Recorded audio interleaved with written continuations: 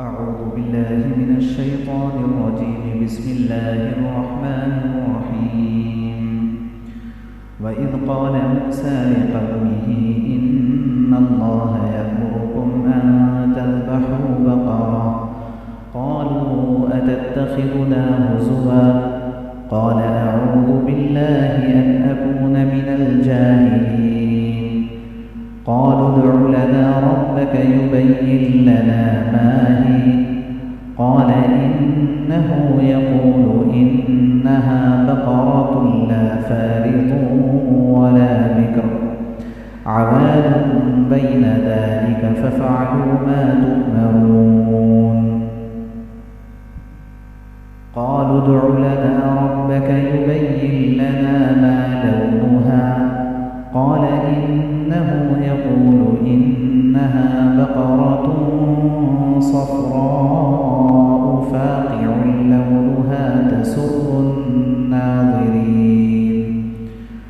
قالوا ادع لنا ربك يبين لنا ما هي إن البقرة شابه علينا وإنا إن شاء الله لمهتدون. قال إنه يقول إنها بقرة لا ظلول تثير الأرض ولا تسقي الحرث مسلمة لا شية فيها. قالوا الآن جئت بالحق فذبحوها وما كانوا يفعلون. صدق الله العظيم.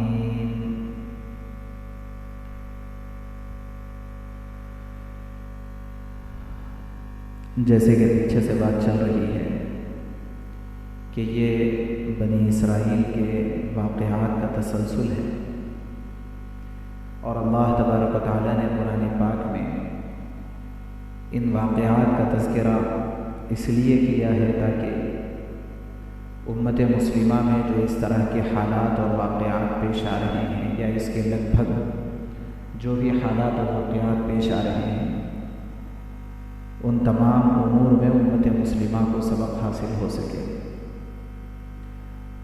جیسے ایک حدیث پاک میں ہے کہ رسول اللہ صلی اللہ علیہ وسلم نے فرمایا میری امت بنی اسرائیل کے عادات کی اس طرح سے پیروی کرے گی کہ جیسے دو جوتے ایک دوسرے کے برابر ہوتے ہیں. حذو النعل بالنعل، جس طرح جو دو جوتے ایک دوسرے کے بالکل برابر ہوتے ہیں عادات اطوار کے اعتبار سے اور مختلف حالات کے اعتبار سے، میری امت بنی اسرائیل کی ایسے ہی پیروی کرے گی. تو بنی اسرائیل کے واقعات کو اللہ تبارک و تعالیٰ نے بہت تفصیل سے اسی وجہ سے بیان فرمایا ہے تاکہ ہمیں اس معاملے میں سبق حاصل ہو. چنانچہ ان واقعات میں سے ایک واقعہ یہ پیش آیا تھا کہ بنی اسرائیل میں ایک لڑکے کو ایک لڑکی سے محبت ہو گئی اور جس لڑکی سے محبت ہوئی اس لڑکی نے یا اس کے رشتہ داروں نے نکاح سے انکار کر دیا اور اس انکار کے نتیجے میں اس لڑکے کو اس قدر غصہ آیا کہ اس نے جس نے انکار کیا تھا اس شخص کو قتل کر دیا. ہمارے معاشرے میں یہ تو آئے دن کے واقعات ہیں اور اب تو بڑے عجیب و غریب واقعات اس طرح کے اخبارات میں سننے میں آ رہے ہیں، پڑھنے میں آ رہے ہیں کہ 2 بچوں کی ماں ہے، 3 بچوں کی ماں ہے، 45 اور 50 سالہ خاتون ہے. اس نے اپنے عاشق کے ساتھ مل کر کے اپنے سسر کا قتل کر دیا. کسی نے اپنے عاشق کے ساتھ مل کر کے اپنے شوہر کا قتل کر دیا.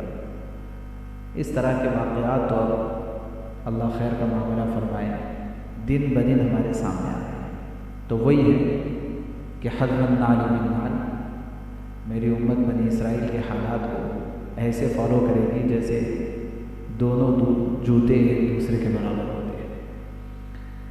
خیر بہرحال جب یہ واقعہ پیش آیا تو مقتول کی جانب سے، مقتول کے جو سرپرستان تھے ان کی جانب سے قاتل کا پتہ لگانے کی کوشش کی جا رہی تھی، لیکن پتہ نہیں چل رہا تھا کہ آخر قتل کس نے کیا۔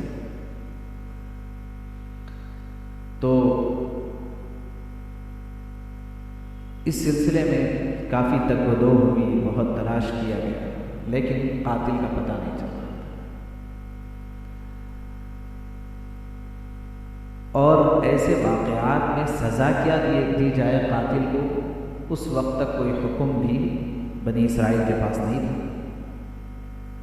چنانچہ مقتول کے ورثاء حضرت موسیٰ علیہ السلام کے پاس آئے اور کہنے لگے کہ ہمارا یہ معاملہ ہے اور یہ پریشانی لاحق ہے، اس صورت میں ہم کو کیا کرنا چاہیے؟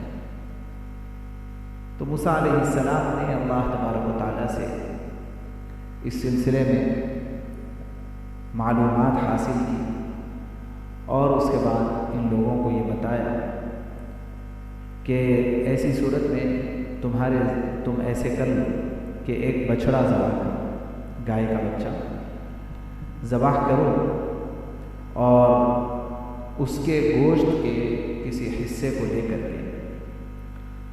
جو مقتول ہے وہ مقتول کے جسم کے اوپر لگاؤ، تو اس کے نتیجے میں وہ بتا دے گا کہ قاتل کون ہے۔ تو اب ان لوگوں نے یہ حکم لیا اور لے کر کے اس حکم کی تعمیل کرنے کے بجائے وہ گائے کے پیچھے پڑ گئے۔ ایسے ہی عادت تھی ان لوگوں کہ اگر کسی کا جواب جو ہے معقول نہ نظر آئے، سمجھ میں نہ آئے، تو جس طرح سوال کرنے والے تھوڑا سا مذاق بنانے کی کوشش کرتے ہیں۔ تو بس اس طرح سے معاملہ ان بنی اسرائیل نے حضرت موسیٰ علیہ السلام کے ساتھ کیا۔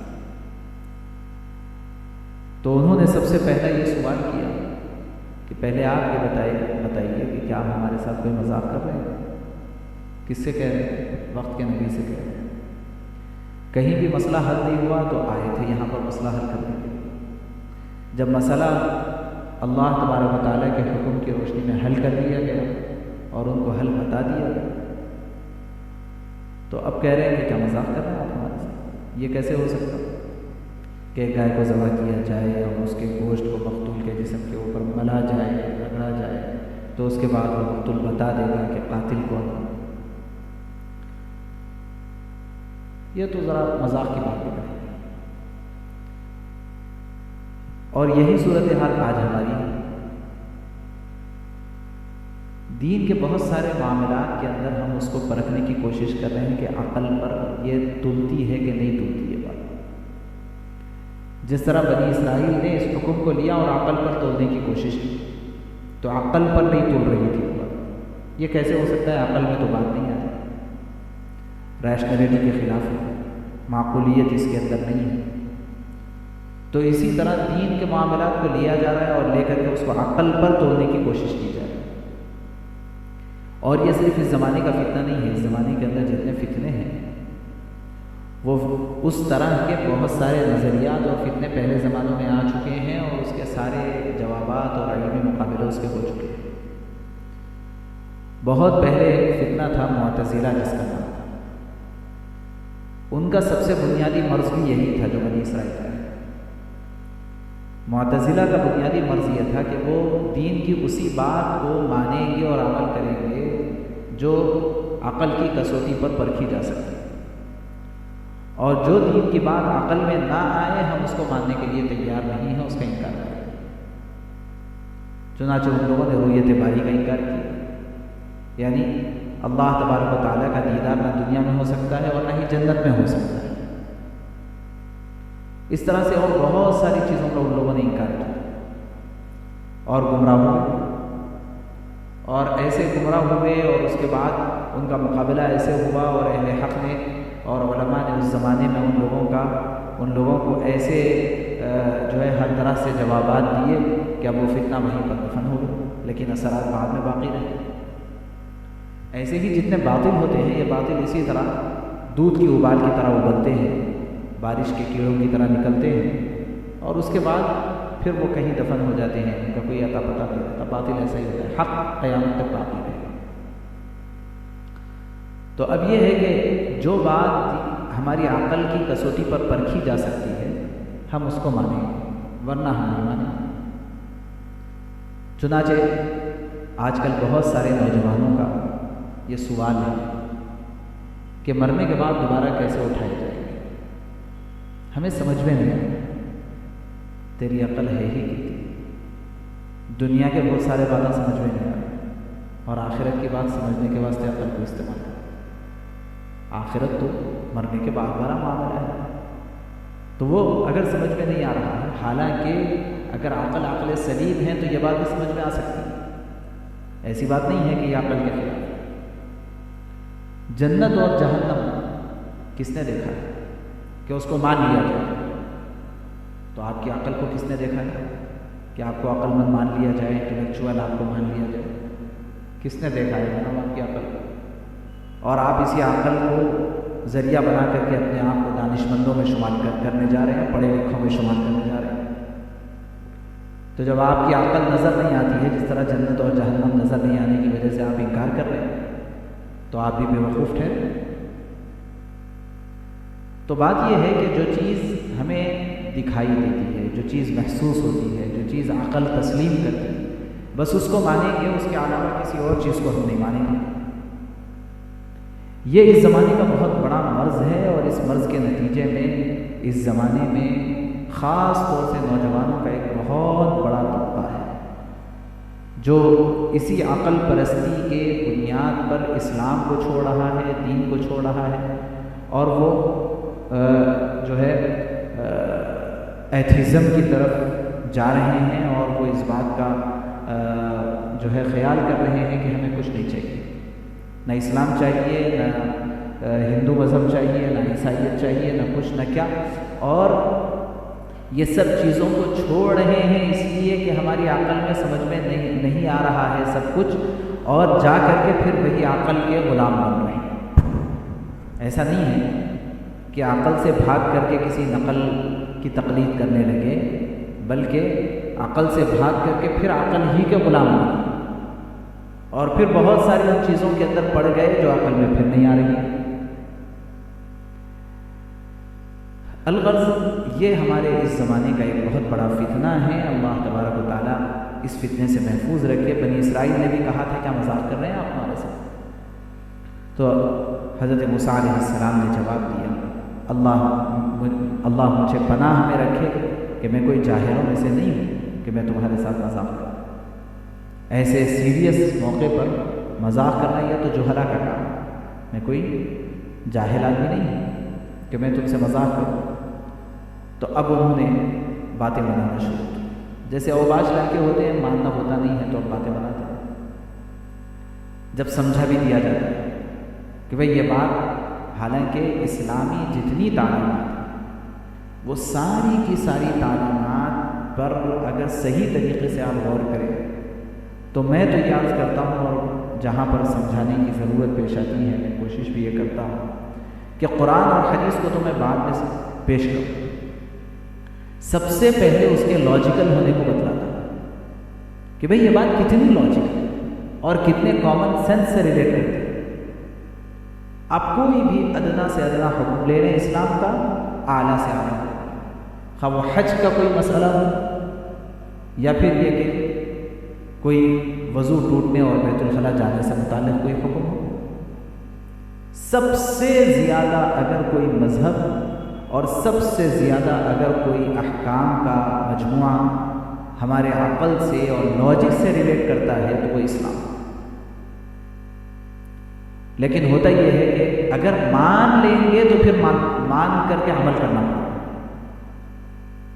یہ بھی اس زمانے کا بہت بڑا مرض ہے. مان لیں گے تو پھر وہی عمل کرنا پڑے گا. اس لیے مانو ہی مت، اور جب نہیں مانیں گے تو پھر عمل سے بھی چھٹی مل جائے گی. اس لیے ماننے سے پیچھے ہوتے ہیں بہت سارے لوگ. اور نہیں ماننا ہے تو کیا کرنا ہے؟ آرگیومنٹ کرنا ہے۔ جب آرگیو کریں گے سامنے والے سے تو سامنے والا کیا کرے گا؟ اچھا بھائی ٹھیک ہے، سمجھ میں آیا تو ٹھیک ہے، نہیں سمجھ میں آیا تو ٹھیک ہے، ماننا ہی نہیں۔ حالات بھی بہت مناسب ہے، آج 10 محرم ہونے کی حیثیت سے ایک لطیفہ یاد آیا، سنا دیتا ہوں ماننے نہیں ماننے کے سلسلے کہ شاہجہاں کی بیوی شیعہ تھی، تو ایک مرتبہ شاہجہاں اور اس کی بیوی کے درمیان یہ بحث ہو گئی کہ میں حق پہ یا تم حق، یہ بحث ہو گئی دونوں کے درمیان۔ تو اب دونوں کوشش کرتے رہے اپنے آپ کو حق پہ سمجھانے کے لیے، لیکن جب معاملہ طے نہیں ہوا تو شاہجہاں نے کہا کہ اچھا ٹھیک ہے، ایسا کرتے ہیں کہ میں اپنے علماء کو بلاؤں گا، تم اپنے علماء کو بلا لو، مناظرہ کروائیں گے اور شہر کے پورے لوگ رہیں گے، جس کا حق ہونا ثابت ہو جائے تو وہ دوسرے کے دین کو ایکسیپٹ کر لے۔ تو یہ بات دونوں کے درمیان بند کمرے میں طے ہو گئی۔ اب اس کی بیوی نے غالباً نورجہاں ہے یا کوئی اور تھی، پتہ نہیں، ان کے پاس تو کئی ہوا کرتی تھی، 4 کی بھی قید تھی، تو اس کی بیوی نے ایران توران سے بہت سارے علماء کو بلانا طے کیا اور وہاں پر کہلا بھیج دیا۔ یہاں پر شاہجہاں نے اپنے علماء کو بلایا اور بلا کر کے کہا کہ بھئی دیکھو، میرے اور میرے بیوی کے درمیان یہ جھگڑا ہو گیا ہے، اب میں حق پہ ہوں، یہ ثابت کرنا تمہارا کام، میرا حق پہ ہونا یہ ثابت کرنا تمہارا کام، اور یاد رکھو اگر تم ثابت کر دو گے تو اس نے یہ وعدہ کیا کہ وہ سنی بن جائے گا، اور یاد رکھو دوسری بات بھی، اگر یہ ثابت تم نہیں کر سکو تو میں تو شیعہ بن ہی جاؤں گا اور اس کے ساتھ تم سب کی گردن بھی اڑا دوں گا۔ تو رہتے تو تھے ایسے ہی تیرے دماغ میں۔ اب علماء کیا کرتے وہ بیچارے، سب کے سب مان لیے، اور اگر اب کچھ اور کہتے تو ابھی اڑ جاتی کرتے، تو بہرحال آ گئے، اور آنے کے بعد ان لوگوں کے بہت سارے مشورے ہونے لگے۔ اب بہت پریشان اور فکر مند لوگ محسوس ہوتے تھے، روزانہ جمع ہو رہے ہیں، اور جب باہر نکل رہے ہیں تو بہت پریشانی کے عالم میں باہر نکل رہے ہیں۔ تو ایسے دیکھتے دیکھتے اس کا وزیر تھا، کیا ہے وہ، ایک مسخرہ وزیر تھا بہت، ملا دبیازا یا اور کچھ نام، وہ تو اس کا ایک مسخرہ نام ہے، کچھ اور نام تھا، بہرحال تو وہ پیچھے پڑ گیا ان علماء کے۔ اس نے کہا کہ کیا مسئلہ ہے، کیوں پریشان ہو تم لوگ، بتاؤ مجھے۔ تو اب یہ بتانے سے انکار کرتے کہ بھائی پہلے وہ بیچارہ مسخرہ ہے اور ہمارا کام خراب کر دیں گا بیچ میں آ کر کے، تو وہ منع کرتے، کچھ بتاتے نہیں ہماری اپنی بات ہے، کچھ مشورے چل رہے ہیں، کچھ میٹنگس ہو رہی ہے، آپ اطمینان سے رہیں، کوئی پریشانی کی بات نہیں۔ لیکن اس نے بھانپ لیا تھا کہ کوئی نہ کوئی گڑبڑی کی بات ہے، بہرحال وہ پیچھے پڑ گیا۔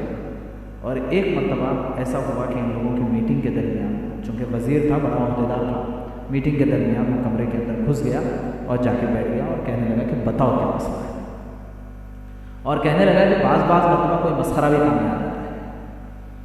تو اب مجبور ہو کر کے انہوں نے بتا دیا کہ بادشاہ نے ہم کو بلایا تھا اور بلا کر کے یہ کہا کہ اگر تم ثابت کر دو گے کہ سنی حق پر ہے تو جو ہے بادشاہ کی بیوی سنی بن جائے گی، اور اگر نہیں ثابت کر سکو گے تو تمہاری بھی گردن ہو جائے گی اور میں بھی شیعہ بن جاؤں گا۔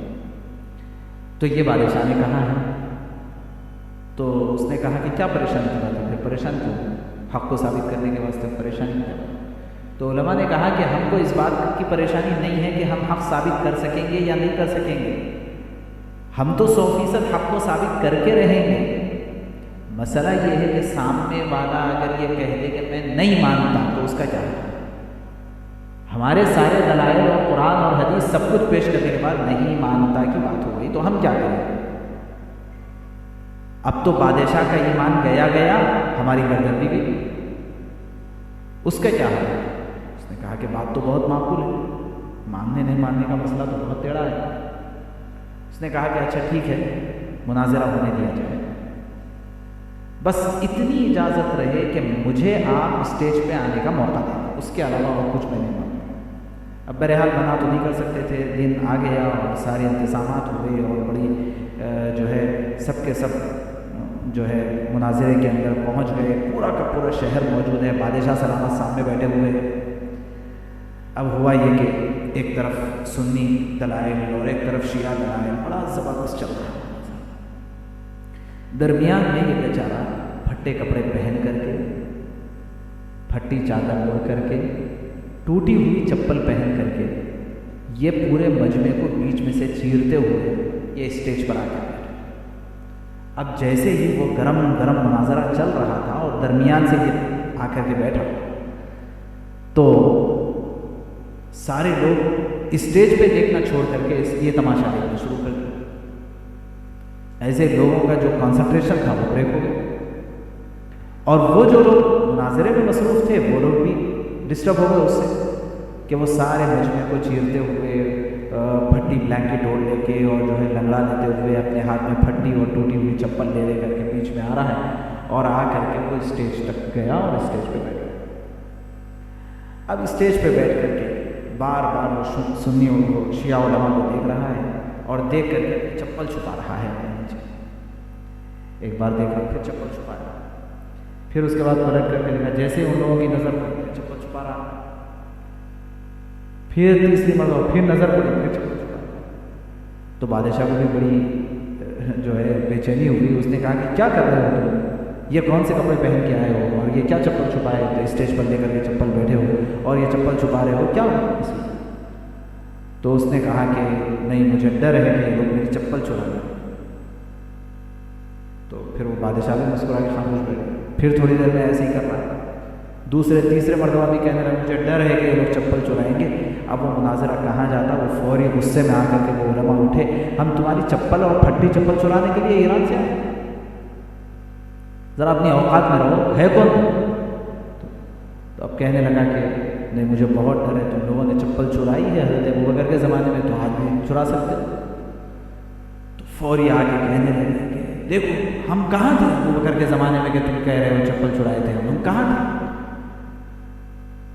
تو اچھا ٹھیک ہے، نہیں تم عمر کے زمانے میں تم چپل چرائے ہو تو آج تو تم اور چپل چرائیں گے، آج تو عمر بھی نہیں ہے ڈنڈا مارنے کے لیے۔ تو کہنے لگے عمر کے زمانے میں ہم کہاں تھے کہ تمہاری چپل چرائیں گے؟ تو پھر اس نے ان لوگوں نے کہا کہ عثمان کے زمانے میں تم لوگوں نے چپل چرائی ہے، حضرت عثمان کے زمانے میں مجھے ڈر ہے کہ آدمی چپل چرا لے۔ تو اس سے میں آ کر حضرت عثمان کے زمانے میں ہم کہاں تھے؟ اب یہ شخص اٹھا اور اٹھ کر کے پورے لوگوں کے درمیان جو ہے متوجہ کر کے کہا کہ لوگوں تم خود بتاؤ کہ جو لوگ نہ حضرت ابوبکر کے، نہ عمر کے، نہ عثمان کے زمانے میں تھے اور بعد کی پیداوار ہے، وہ حق پہ کیسے ہو سکتے؟ بس پورا مناظرہ ختم اور سارا شور شرابہ شروع ہوا اور اہل حق کی جیت ہوئی۔ بہرحال یہ بات یہاں سے نکلی تھی کہ اگر یہ کہہ دیا جائے کہ نہیں مانتے تو اس کا حل کیا ہے؟ سر ماننا ہی تو سب کچھ ہے، حق بات کو ماننا یہی اصل حق ہونے کی علامت ہے۔ تو دراصل ان لوگوں کو بنی اسرائیل کو ماننا نہیں تھا، تو ماننا نہیں تھا تو کیا کریں گے؟ اس کے کاؤنٹر میں آرگیومنٹ ہوتا ہے۔ اگر کوئی مجھ سے کوئی سوال کرے اور میری بات تسلیم نہیں ہے سامنے والے کو تو آرگیو کرتا ہے، آرگیومنٹ شروع کرتا ہے۔ اب یہ جو آرگومنٹ ہوا اس کو سامنے رکھ کر کے حضرت نبی اکرم صلی اللہ علیہ وسلم نے فرمایا ہے کہ اگر بنی اسرائیل کے اوپر جو وہ گائے کی تلاش مشکل ہو گئی تھی، اس کی وجہ صرف اور صرف ان کا آرگومنٹ تھا اور ان کا احتجاج تھا اور ان کے سوالات تھے، اگر وہ اتنے سوالات نہ کرتے تو ان کو گائے کا ملنا اتنا مشکل بھی نہیں ہوتا تھا۔ بڑی مشکل ہو گئی ان کے لیے، ایک سے کے بعد دوسرا، دوسرے کے بعد تیسرا، تیسرے کے بعد چوتھا سوال جیسے جیسے وہ کرتے چلے گئے تو اس کے نتیجے میں قیودات بڑھتی چلی گئی۔ اب وہ اتنے قیود والی گائے ملنا ان کو بہت مشکل ہے۔ بہرحال جب یہ گائے ملی تو ان لوگوں نے ایسا کیا تو اس کے نتیجے میں مقتول نے قاتل کا پتہ بتا دیا، اس سے پھر قصاص لیا۔ ترجمہ دیکھیے۔ بسم اللہ الرحمن الرحیم وَإِذْ قَالَ مُوسَىٰ لِقَوْمِهِ إِنَّ اللَّهَ يَأْمُرُكُمْ أَن تَذْبَحُوا بَقَرَةً، اور جب موسیٰ علیہ السلام نے اپنی قوم سے کہا کہ تم اللہ کو اللہ تم کو حکم دیتا ہے کہ تم ایک گائے ذبح کرو۔ قَالُوا أَتَتَّخِذُنَا هُزُوًا، انہوں نے کہا کہ کیا تم ہم سے مذاق کر رہے ہو؟ قَالَ أَعُوذُ بِاللَّهِ أَنْ أَكُونَ مِنَ الْجَاهِلِينَ، موسیٰ علیہ السلام نے کہا کہ میں اللہ کی پناہ مانگتا ہوں کہ میں ایسا نادان بنوں۔ قَالُوا ادْعُ لَنَا رَبَّكَ يُبَيِّن لَنَا مَا هِيَ، انہوں نے کہا کہ اپنے رب سے درخواست کرو کہ وہ ہم سے بیان کرے کہ وہ گائے کیسی ہو۔ گائے ذبح کرو بولے کون سی بھی کر دیے تو قصہ ختم ہو گیا تھا، لیکن پوچھا کیسی ہو، تو اللہ نے بھی جواب دیا۔ قال إنه يقول إنها بقرة لا فارض ولا بكر، تو موسیٰ علیہ السلام نے کہا اللہ فرماتا ہے کہ وہ گائے نہ بوڑھی ہو نہ بچی ہو۔ عوان بین ذلک، ان کے بیچ کی۔ ففعلوا ما تؤمرون، کہا کہ اور سوالات مت کرو، جاؤ کام کرو، اب کر ڈالو جو حکم تم کو ملا ہے۔ لیکن وہی بات تھی۔ قالوا ادع لنا ربك يبين لنا ما لونها، انہوں نے کہا کہ اپنے رب سے درخواست کرو کہ وہ بیان کرے کہ اس کا رنگ کیا ہے۔ قال إنه يقول إنها بقرة صفراء فاقع لونها تسر الناظرين، موسیٰ علیہ السلام نے کہا کہ اللہ فرماتا ہے کہ وہ گہرے زرد رنگ کی ہو، دیکھنے والوں کو اچھی معلوم۔ یلو کلر کو کہتے ہیں زرد، اور زرد میں بھی کیسے گہرا زرد، اور خالی گہرا زرد نہیں، تسر الناظرین یعنی چمکدار کی طرف مائل زرد، ایسا۔ اور ایسی گائے اپن آج بھی ذرا سوچے آسان نہیں ہے۔ قالوا ادع لنا ربك يبين لنا ما هي، اب انہوں نے کہا کہ اپنے رب سے درخواست کرو کہ وہ ہم سے بیان کر دے کہ وہ کیسی ہو۔ ان البقرة تشابه علیہ، کیونکہ گائے میں ہم کو شبہ پڑ گیا، مل نہیں رہی۔ وَإِنَّا إِن شَاءَ اللَّهُ لَمُهْتَدُونَ، اور اللہ نے چاہا کہ ہم راہ پا لیں۔